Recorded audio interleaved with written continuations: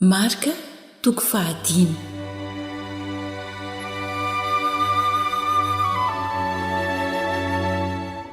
Ny namohan'i Jesosy ny demony maro tamin'ny lehilahy tao amin'ny tanin'ny Gerasena.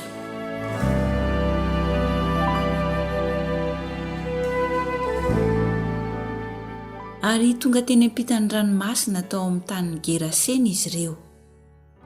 Ary nony niala teo an-tsambokely izy, niaraka tamin'izay dia nisy lehilahy azom-panahy maloto nivoaka avy teny amin'ny fasana ka nifanena taminy. Fa nitoetra tao amin'ny fasana izy, ary tsy nisy olona nahafatotra azy intsony na dia tamin'ny gadra aza, fa efa nafatony matetika tamin'ny gadra na ny tanany na ny tongony, nefa ny gadra tamin'ny tanany no tapahany ary ny gadra tamin'ny tongony no torotoroiny, ka tsy nisy olona nahavolaka azy. Ary mandrakariva na andro na alina dia nitoetra teny amin'ny fasana sy teny an-tendrombohitra izy, ka nananana sady niteti-tena tamin'ny vato.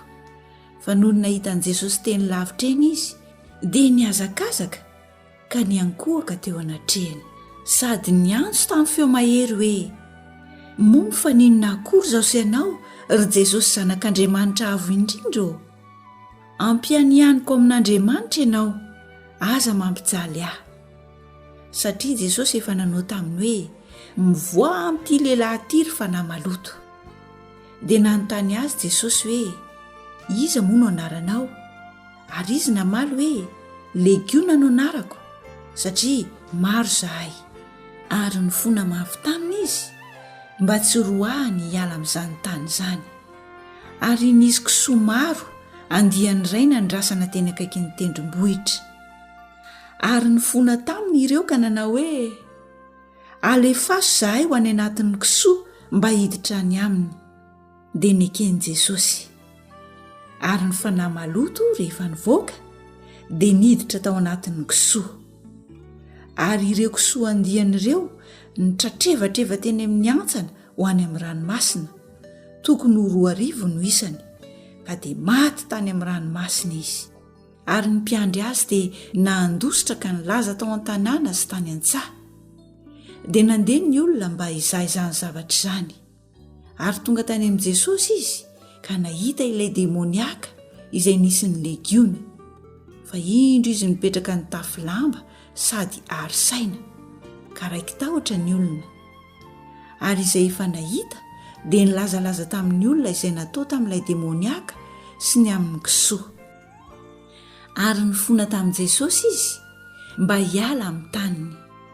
Ary rehefa iondrana teo an-tsambokely Jesosy dia nangataka tamin'ilay demoniaka mba hanaraka azy.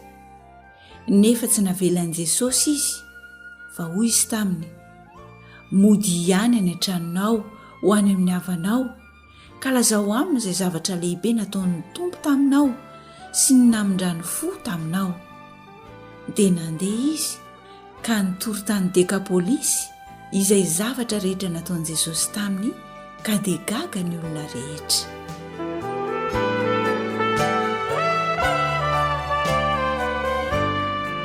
Ny nahasitranan'i Jesosy ilay vehivavy narary 12 taona sy ny nanangana ny zanak'avavy Jairo tamin'ny maty.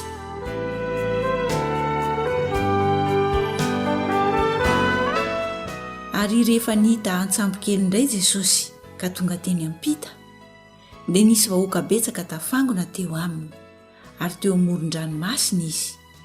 Dia avy ny anankiray tamin'ny mpanapaka ny sinagoga, Jairo no anarany.